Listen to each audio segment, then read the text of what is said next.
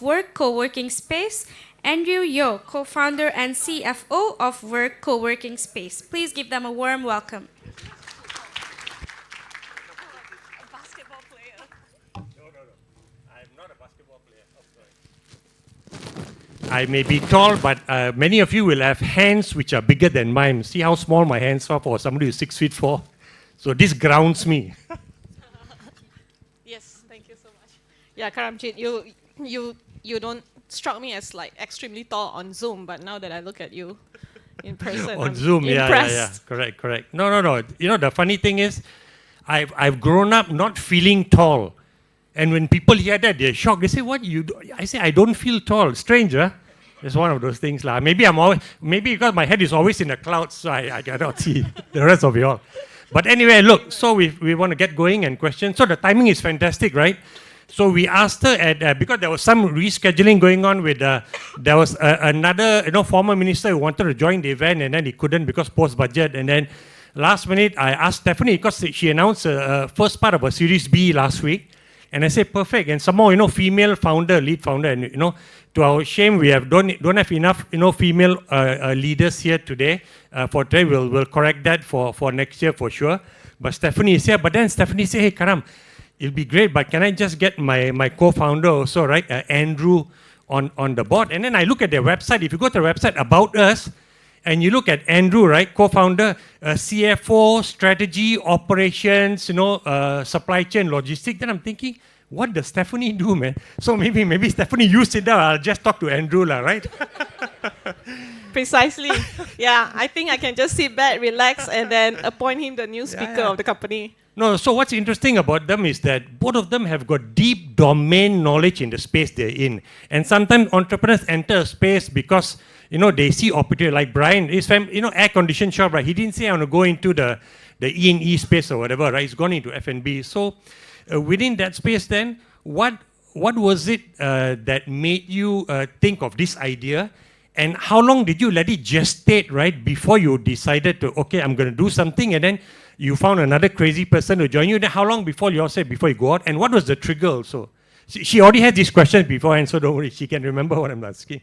So Karanchi, I think you forgot to mention something about very important fact about Andrew on the website and CFO, everything. He also has the most pinchable chicks in Malaysia. And that's on our website. No way, serious? Huh? Okay, man. Okay, so your question as to... Multifaceted, yeah. Okay. Yeah, like what is our background and how we get into your this. background we know, but you have deep domain knowledge. But I'm saying that when did you, the idea first came to you that, hey, maybe there's an opportunity to do this? Oh, yeah. How long did you sit on that before deciding to act on it? Because very easy, a lot of people have ideas, right? And many of you have ideas, but then you never act on it. To move to action is the hardest step of all.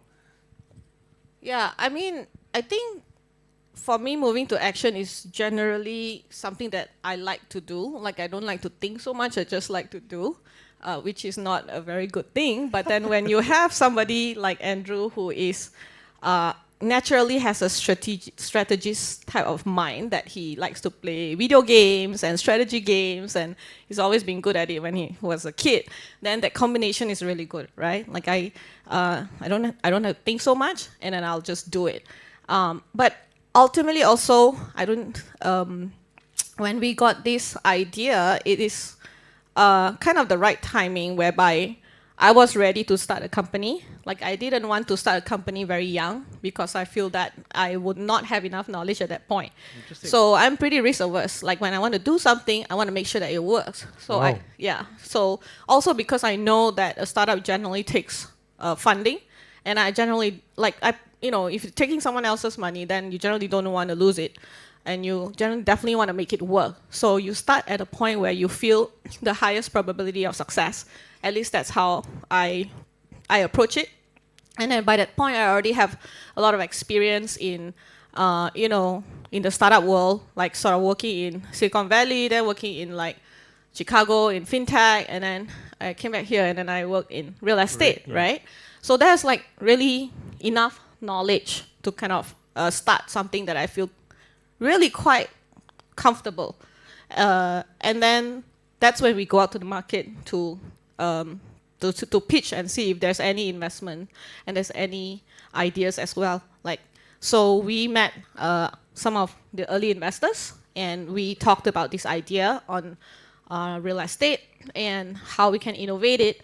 And then some of them were like, no, because we don't know who you are. This is your first venture, as well as you kind of didn't have anything. We really have just a pitch book.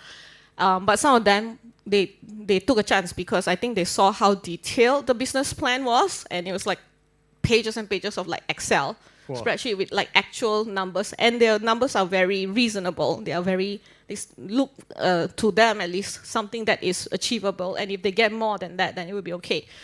So that's where we came in, and then so the first few ones decided, okay, we're going to come in with you, and then that's where it started. So, but you have lost the question I had, which is a spontaneous one based on what you said. But Andrew, was it hard for her to convince you? Yeah, just for the audience knowledge, actually, Stephanie is actually my wife. So. Oh, I didn't know that also. Oh, you don't know? Yes. So I said pinch about cheeks. So it was not hard to convince because I obviously twisted him, but he was working in CIMB principal at that point, and he was not fully into the business yet, and all that stuff. But it didn't take very long. A little bit more after that, and then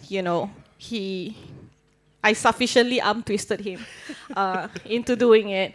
And that's where the journey began. But did you use WeWork as an example when you were pitching to investors, right? Hey, look at how great WeWork is. And this is before it imploded, right? Which is why the title is, right, she's building a business in an unsexy space and perpetual winter, because WeWork is still struggling. I think they're closing more locations. So it's not an enviable space to be. But at least at the point when you're raising funding, you had to, I'm sure you use WeWork, right? We can be the WeWork of Southeast Asia or Asia.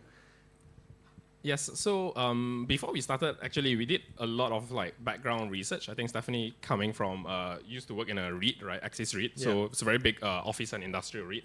And we already had a lot of like insights in terms of like what gaps there are in the, the office market, right, where a lot of companies, if you see a lot of tech companies you would see are moving into Southeast Asia. They're moving into Singapore at first, but nowadays they're spreading out across Southeast Asia.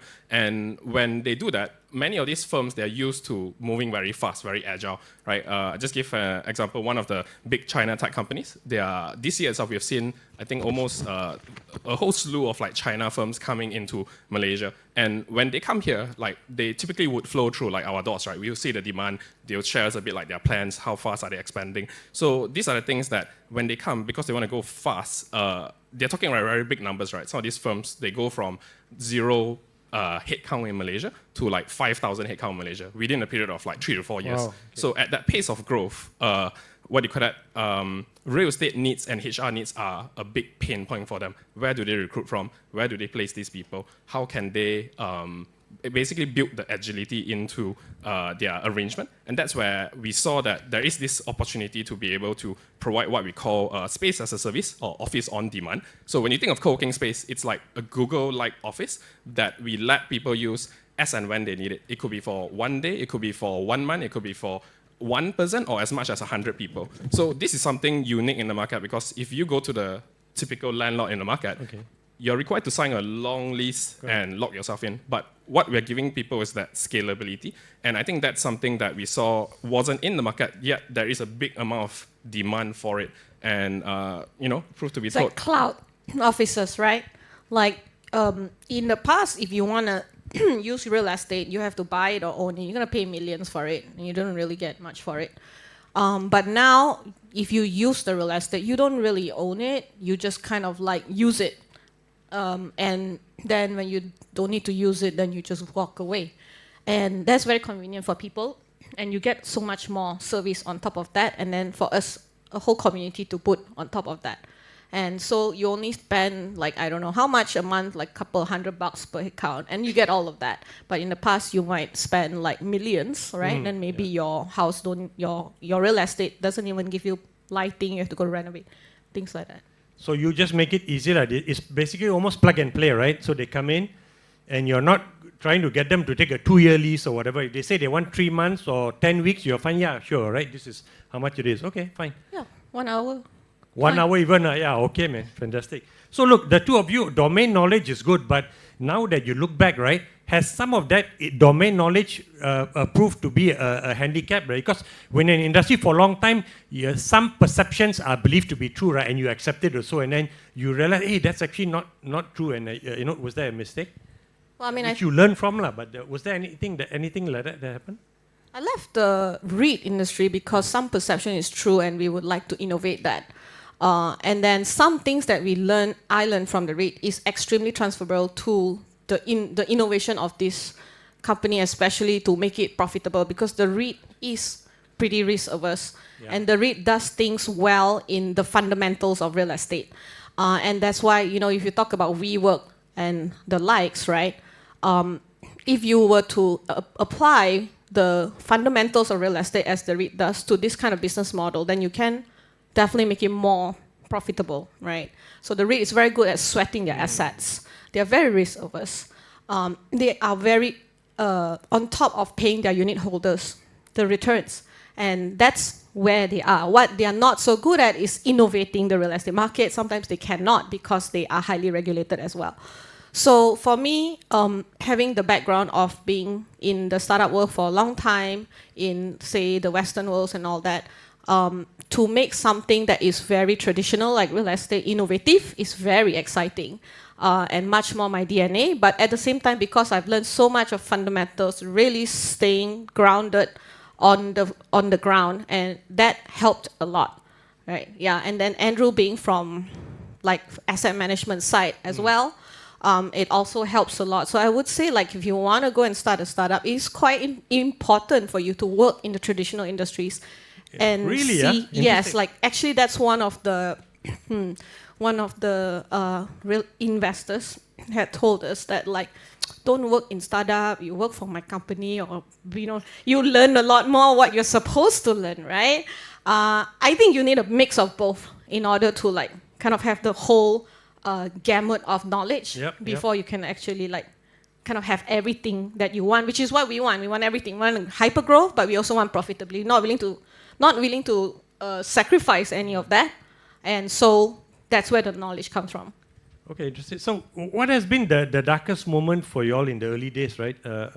Was there any one point? So, kind of interesting because you all are married. So, the darkest moment for you will be the darkest moment for him also, right? So, I cannot ask these questions separately.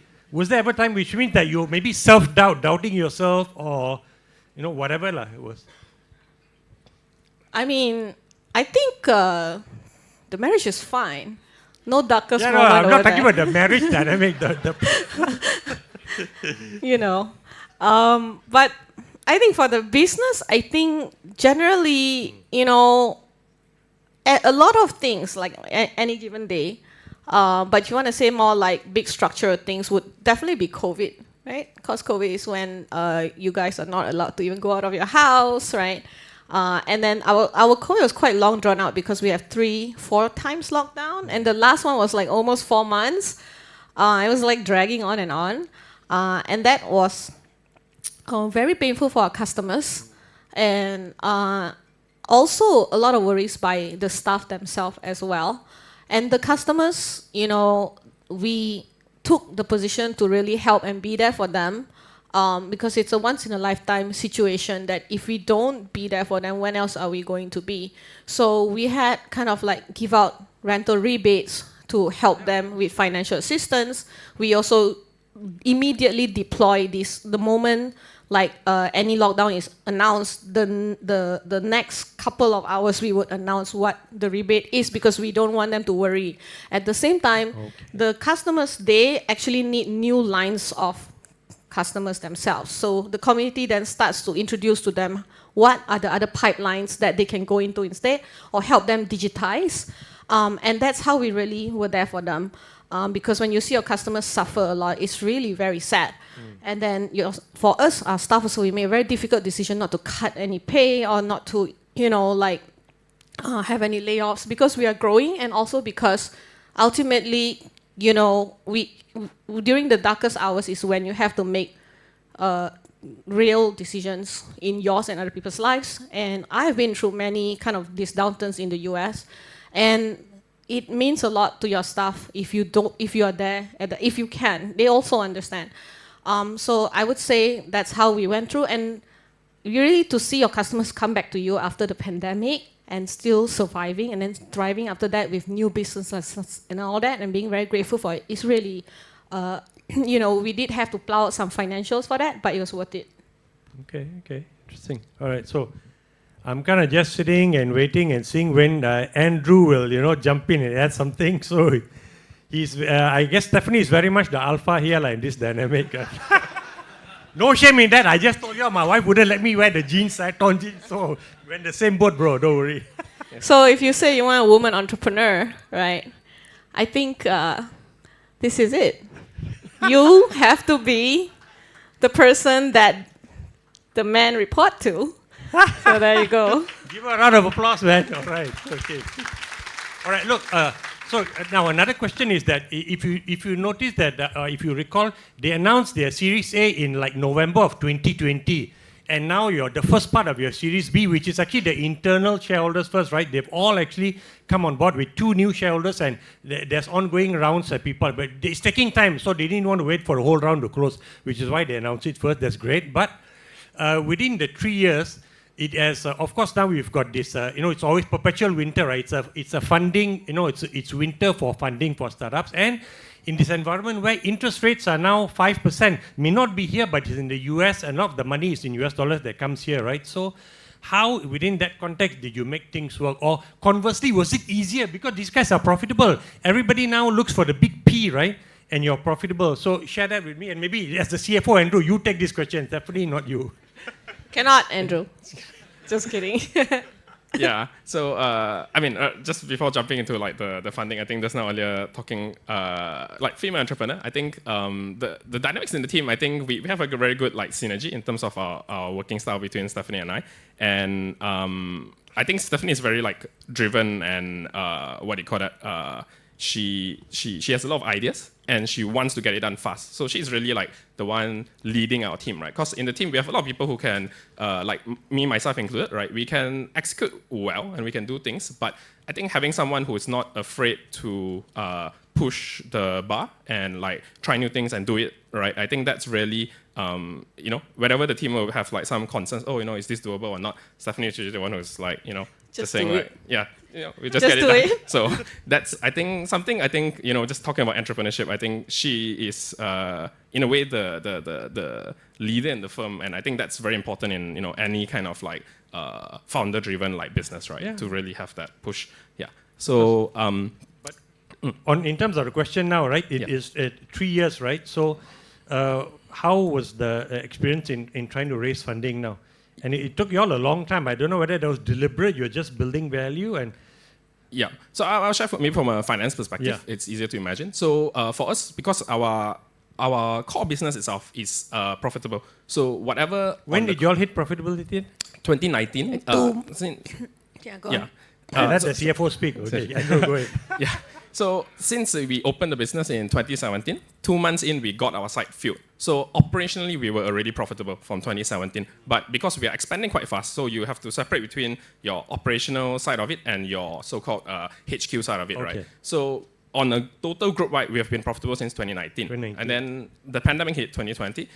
We had a lot of expansion plans at that time. And due to the sort of like lockdowns, we took a step back, look at the situation, see what was changing. And we had, sort of decided a few times along the way when the first lockdown opened, expand, not to expand. So on your question on the timing, it was actually a question on expansion because all the capital that we raise is purely used for new expansion. So if we are not expanding, we would have the capital sitting there. Okay. So until we deploy that capital, there's no real need for us to raise new capital. And in a way, I would say, looking back on hindsight, it was a good decision that we took a slower approach because there was a second and third lockdown, and it was just a really long period of uncertainty. And I think if we had deployed early, there would probably be, in a way, I would say, more bleed that we have to deal at that time because customers were, sort of like still looking at the situation. But in 2022, right, I think we came out and we decided, okay, we're going to go back full steam. So this year itself, we've expanded our sites, double our space under management. So the team is working full steam, right? Every quarter, we are basically doing project by project. In fact, the next 4 months, we're running like 4 new projects running. So I think as we are sort of expanding very fast now, when you see the capital raise that we are doing now, it's actually a forward planning, right? We are planning for our capital deployment for 2024 and 2025. Okay. So the topic of, I think, fundraising is actually more on, we always build the demand side first. So we have the demand, we launch new sites, and then we sort of like get our funding for it. So it's, I mean, just giving some perspective on the timing. Okay. Yeah. That's also a cautious approach. You're building the demand then, but you're lucky because there's ample supply in the market, right? You can go out and quickly. And developers are probably now knocking on your doors also. You're in the enviable position where the people who built and have taken the biggest risk, right, in creating that space are now knocking on your doors and probably giving you first choice also, right? You all are like the Jaya Jusco now. Everybody wants an anchor tenant. Yeah, I mean, I think the supply of the space is not kind of a worry because a lot of supply in the market, and it was never kind of like something that we were too worried about, lah, right? But yes, you are right. And developers do have spaces that they need to bring content in, as well as to liven it, as well as to provide this flexibility solution to their building. So this building, for example, if you have, let's say, a flex space in here, it might be easier for you to attract other tenants that don't even want a flex space, because at some point they may need to place extra headcount, a lot of flexibility that they'll need. So then for the landlords, it is actually much more favorable to have a flex component in the building to attract non-flex tenants. But that said, that's the supply side of our equation. The demand side is more the interesting side, I would say. Are people going to use this kind of solution? And that is more important, right? If there is, then we can supply it for people to use. And there is, because if you see, even pre-pandemic, there is demand. We are always 90% filled. Really, yeah? Wow. Yeah, I mean, during pandemic it went down. Yeah. But not by a lot for us, because I think the product pricing all makes sense. Yeah. But then post-pandemic, I mean, the whole market is going to go up over the next, 10, 20 years, as predicted by JLL, CBRE, and all that. And the penetration rate in the market will be 30%. That means 30% of all offices will be used flexibly. 30%? 30%, mainstream. However, that's going to take time, right, to get there. But then now, post-pandemic, the remote work is in our blood. And a lot of people are moving towards this style of working a lot faster. So you will see the demand on the ground for us, like companies coming in from China is really big this year for us because of the decoupling, right? And it's not just Chinese companies coming out, it's other, like American companies come out of China, Singapore companies finding it too expensive to place too much of their headcount over there, they're coming here. And ultimately the demand has always been good, it's been extremely good in the last year, and it's good that we don't expand during COVID because we are careful. Why expand when no one needs your space? Okay. Total waste of time. And then when the economy opens up and you got the demand, we secure the demand first, and then we open the sites. And then when we need funding, then only we ask for it. Sometimes we don't need as much because, like we are profitable. We use internal cash flows, but in order to kind of expand a little bit faster to fulfill the customer demand, if there's customer, then we raise. So this pre-B round that we just raised is closed, right? Not actually doing roadshow at the moment for a little bit until maybe next month or something like that. Take a break, And I think it's highly demanded by our investors, right? 14 of them followed on. 14, and a lot of them followed on round after round. Phillip Capital, they wanted to take the first round. They came a bit late, so there's no space. Otherwise, they would have been invested 4 times this round. Okay. But now they are third time repeatedly invested into us this round. And then the new investors like Masing Group's family office joined this round. A couple more prominent family office. And so I wouldn't say it's the most difficult in this tech winter or unsexy environment. Otherwise, we're going to get 14 of them. But I would say that that's what they're looking for, right? Profitability. But more than that, they're looking for consistent profitability. Since 2019, it's very different from just only starting to get to the path of profitability. I don't understand what is a path of profitability. You should be profitable now. No path. Do it now. Okay. So that also ultimately is always our culture, right? Like when we first opened, 2 months in from opening our doors, we're outlet profitable. And at that point, profitability is not fashionable whatsoever. In fact, we get scolded for not for being profitable. Oh, okay. Yeah, the market comes and punish you for that, right? But you know, that's when your knowledge of Warren Buffett really gets tested. You will be, you know, you will be ridiculed. You get pressure, and you will lose your discipline when people come and pressure you, right? And there will be investors say, "You want my money? You gotta be like WeWork." Wow. And when that's a lot of money, and how can Yeah. you say no? I'm gonna tell you one thing: you gotta say no. Seriously? You have So to say no. You're saying you've turned down a lot of The money wrong also? investors, yeah. Wow. Right? Because you have Give to. her a round of applause for that, because that's crazy, man. And that shows incredible focus and discipline. Now I understand why you say your business plan, you have so many reams of Excel spreadsheet and very detailed. Yeah. I think I've read all the investment. We are from the buy-side investment, both of us, right? CIMB, and I was buying properties. So we know of investment fundamentals. But when you run a business, you really see what, you know, Mr. Buffett is saying, which is that the market will come.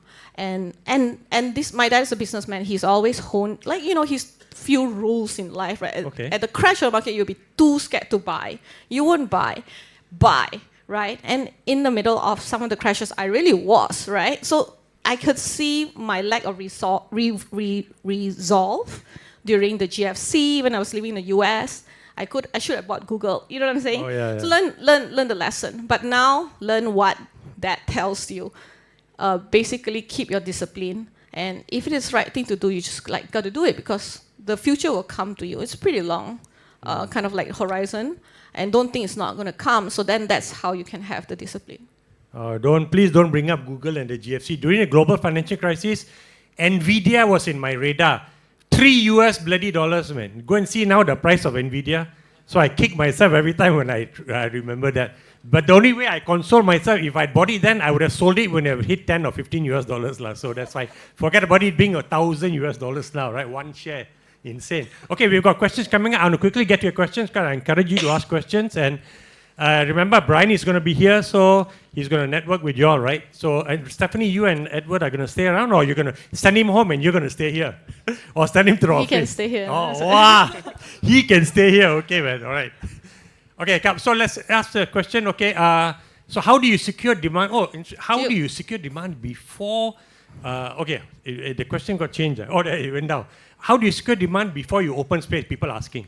It's moving back up again. It's confusing me now, guys. Please relax. Okay, so are you depending on large enterprises to sign this multi-year? I don't think so, right? Yeah, so I'll take maybe the first question. So it's not too far off. I think when we say how do we secure demand, so one thing that we try to practice, which is actually what is common in the real estate industry, we do a lot of pre-marketing and pre-sales for our project. So when you see our co-working site open, it's actually something that we already plan ahead of time, meaning that we already validate the market in terms of what sort of customers are we bringing there, or other words, basically we're pulling in anchor customers and sort of like marketing the space before we open, and that gives us and also today itself we have a lot of like landlord partners that we work with. So for the landlord partners to be able to co-invest with us into new sites and upgrade their spaces into co-working spaces, we want to give them the confidence that the moment they work with us, we can pull the demand for them. So that comes in what we call here like securing demand ahead of time. So we would basically go out and validate the market for them to show that, okay, based on the hundreds of customers that comes through our doors every day, right, we will tell them, hey, would some of them want to go to this location? And from there, we would basically pull some of that flows to show that there is the demand there. So that is actually how we sort of like build our, demand funnel. And it's also a big reason why we are profitable where many other players in our industry are not. Is because, really? I yes. thought they all would be profitable. If you guys are doing so well, surely some of the common ground and all very well established, they must be doing as well, right? Yeah, I mean, I think they're knocking the competitor now. They're not doing as well, okay. Just remember that. Yeah, I mean, I try to give it a sense of, like in any industry, there are so many players and everyone's doing their own so-called strategy and style. So I think what's important is like Stephanie talked about discipline at the end of the day, right? I think for us, we knew that we wanted the business, even before we started this business, we knew that we wanted the business to be cash flow positive from the start. That was something we actively chose in the business. So we engineered the so-called the business model to be done that way. Whereas I would say that is not true for all our competitors. Some of our competitors are very supply-driven, I would say, rather than demand-driven. So as long as they can get funding, as long as the landlord is willing to go into spaces, they would like go, right? So I think that sort of things, it makes a difference, I think, when you sort of like expand, right? Yeah. So I just caught quickly, you said that you have hundreds of customers who come to you every day. Surely as a journalist, I'm very literal, right? You cannot have hundreds of customers coming to you all every day, right? That was a slight bit exaggeration, correct? No, that's the leads that we have. So Really, talking hundreds about of leads a day? yes. Wow. Because if you just look at our business, because you must understand, we service a lot of small customers as well. So Of course, yeah. big and small. So on a small basis, I would say every month we do get hundreds of leads. And Okay, like monthly, yes, sir. Earlier you said daily, so like, wow, oh, that's... sorry. Yes, per month. Okay. Not per Daily day. in the head count, yes, Oh, because okay. you got like 3 customers, you get 100 people, right? Of course, okay. All right, let's look at okay, there's a question there. Oh, that was actually a lot of people want to ask. So how do you know which type of investors are good for you? So that's a good question. Takes a lot of discipline, right? If somebody's giving you a lot of money and you're tempted, and even Ganesh Kumar Banga once told me that, okay, the young man up there needs a mic, so hold on. He said that you must take smart money, don't take just money, you have to take smart money. So maybe that's what you also doing. So you want to take that then? How do you know which are the right investors for you? I mean, I think the investors that are aligned with your vision is very important, obviously. And so when you're pitching, you tell them your vision, you tell them your mission, you tell them your plan, right? That in itself will kind of like, a lot of them will understand that maybe they are not on board with you in the same vision. And then take care of itself. You don't have to have the difficult conversation of like, oh, maybe we're not meant to be or something like that. But of course, I think much as investors due to you need to due to the investors as to, like they have invested in other companies and you just see kind of like how, what is their philosophy. It's really nothing wrong with that. Everybody has their style, but I think, if everybody is on the same boat, then we're all going to work towards making that boat bigger. So even when we accept investment, the new rounds of investors are actually kind of also, we bring them on board our current culture of the investors, which is, hey, you may be the latest round, you may have the most, rights or whatnot, but actually we are together now and we are going to the market to bring value. And we all need to work together, whether it's the first round or the latest round or whatnot. And I always talk about the story of the Friends, the cast of Friends, right? I always remember this in my business life, which is when they first started the TV show, they all got together and they all said, we are not all going to get different pay, right? Whoever becomes more famous, maybe Jennifer Aniston more famous, she's supposed to get paid more. But they all went to the producers of NBC and said, we all want to be paid the same amount, a lot, but the same amount, and it's not going to be. They will all be together in this negotiation, okay. And that is the success of the Friends show, and that always struck me. Interesting. As to if you want something to succeed, there needs to be a level of fairness in the team, right? There cannot be individual heroes, and so for the investors and us, it is the same thing. That for us, I think if we see investors in that light, probably the most important thing for us, then we are extremely comfortable because then they're on board with us to tackle the market. Okay, very interesting approach. Okay, let's move on to try to get as many questions. Oh my goodness, time's up, man. Okay lah. How do you compete with? And I've got one last question of my own to ask. Right, I'll just ask this question: how do you compete with building owners? Who will eventually adopt your business? That was kind of something on my mind also, right? That they may adopt the same business model. So actually, we don't adopt. I mean, like we are partners with them. We're not. They may get. I know, but they may then get greedy and they say, "Hey, I can do this myself and take the margins for myself," right? Yeah, I mean, I think some have tried, and and I think it just makes sense for them to focus on their business more. And that is the lesson learned from that. And that now, a lot of them are calling and say, listen, I've got a building. I don't want to build a whole new team. take 4 or 5 years to build the same capability that you have, lose my focus on what I'm good at doing, and it's just easier to partner with you, right? So they actually, have strategic partnerships with us, a lot of our latest sites, where they invest into that specific site, and then we run the space for them, and they don't have to do the work. We already got the demand, and we already have the capability, and they can pull this in straight away into their building. It's very much like the hotel management model. It's a completely different business developer and running a flex space. So when we make money, which we do much more than them in terms of if they do it themselves, then we share it with them. So it's a win-win situation. So, and we even work together. If we have small, like SMEs and startups in our space, when they grow big, they will want space in their building. They have small guys come to them, they cannot service them, right? Then we would be able to house. They will get a whole new market from us, the SMEs, 4 paxers, 8 paxers.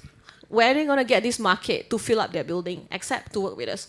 So it's a really happy marriage, I would say, whereby then we become partners and then we look after that building together and the brand of the building. The building now becomes a community space where business people come and connect and collaborate with each other. An entire building, you mean? Huh? And an entire neighborhood, right? Because that co-working space not just services the people who pay rent and use the space, but when there's a community event, everybody from around, or even from other states and countries, when they need a specific content and specific kind of people they need to meet, and they know that, let's say, this area is for the digital nomads, or this area is for the startups, or that area is for the manufacturing companies, they will go there to that hyper-local community to connect with each other. So that building now has a brand to say, listen, if I want to meet, like our Subang sites have a lot of manufacturing, logistics, college. Yep. If I want to meet those guys, that's where we go. And that is the identity and brand of that building with us in there. We've been there for many years. We're always 90% filled. The landlord's super happy. They've entered into like strategic partnership with us for another building. And these are the things that will bring value to the landlords and the building. So everybody wins. Yeah. Okay, just another quick one. He mentioned Creador is invested in Loop, right? By the way, how many of you knew what Loop stood for? Sorry, hold on 1 second. Yeah? LOB. I always thought it was his name, right? Brian Lou. Didn't know it was a look out of the box, right? Fantastic. How many of you knew what it stood for? You didn't know, right? Only 1%. Okay. So that's kind of something new I learned. That's good. That's a good quiz question you can give to people. But okay, just another last question now, because you've been around for a while. A young man, you're going to have to ask your questions when they leave, right? Because cannot give you the mic because we are running out of time, sorry. We can catch up with them after this. Just quickly, what is the key lesson the two of you have learned so far? And then my last question is for Alpha only. How is the Stephanie of today different from the one who started out in this journey? Key lesson? Key lesson first? I think Stephanie already hinted like bits of it, but coming from maybe like for myself, coming more from an investment background, right? I think what you call that, having run a business, I think there's all kinds of risks that we manage on a day-to-day basis, and I think it tends to be underappreciated, the amount of thought that goes into risk management. I think that's something that we have been actively doing all the while, and I do see just because COVID, of course, is unexpected. No one expected it. But even so, I think these are things that, how robust and sustainable your business model is, I think is something that you have to build in, right? Not just for the things that you are aware of, but even the things that could potentially impact. Correct. And how are you going to mitigate it? I think these are the things that, just looking the 6-7 years of running, every year there's a new thing. But for us, what do we need to do is build strong systems, have a good team, right? And ultimately, I think just be agile and nimble on our feet. During the pandemic, we did a lot of rolling out of new products initiatives, and I think this is like the type of things that I see gives us really an edge versus not just our peers, but even the traditional industry. It's just, again, back to Warren Buffett. I don't know who said it, might be Peter Lynch, but like, take care of your downside and your upside will take care of itself. Right. So actually, risk management as well as profitability is synonymous with growth. Because if you make more money and then you reinvest in that money exponentially, then you make a lot of money. If you keep losing money every round, then of course, unless you find someone to cover it back, right? So fundamentals of like exponential growth of compound multiple interest is true. Yeah. All right, great. Interesting. So last question, how is the Stephanie of today different from the one who started out this journey 7 years ago? Fatter. Well, different. Well, I think a lot more level-headed than before. And I think in the past, we were in buy side as investors on that side. And then we came and become entrepreneurs. And I think we are better investors because of that. Because again, like we work in a fund management house, that's how we met. And our boss always said, you know, like, I am a fund manager, but I'm also a businessman. I run my own business. That makes me have certain lens that a person who didn't run his own business don't have. And I think that's very true. This opportunity of running a business will make you a better investor in a sense, because it's the same thing. Warren Buffett always says he's a businessman first and foremost. And all the lessons, how do you really like take it fully upon, like you may know it, but do you know it as a universal truth is different.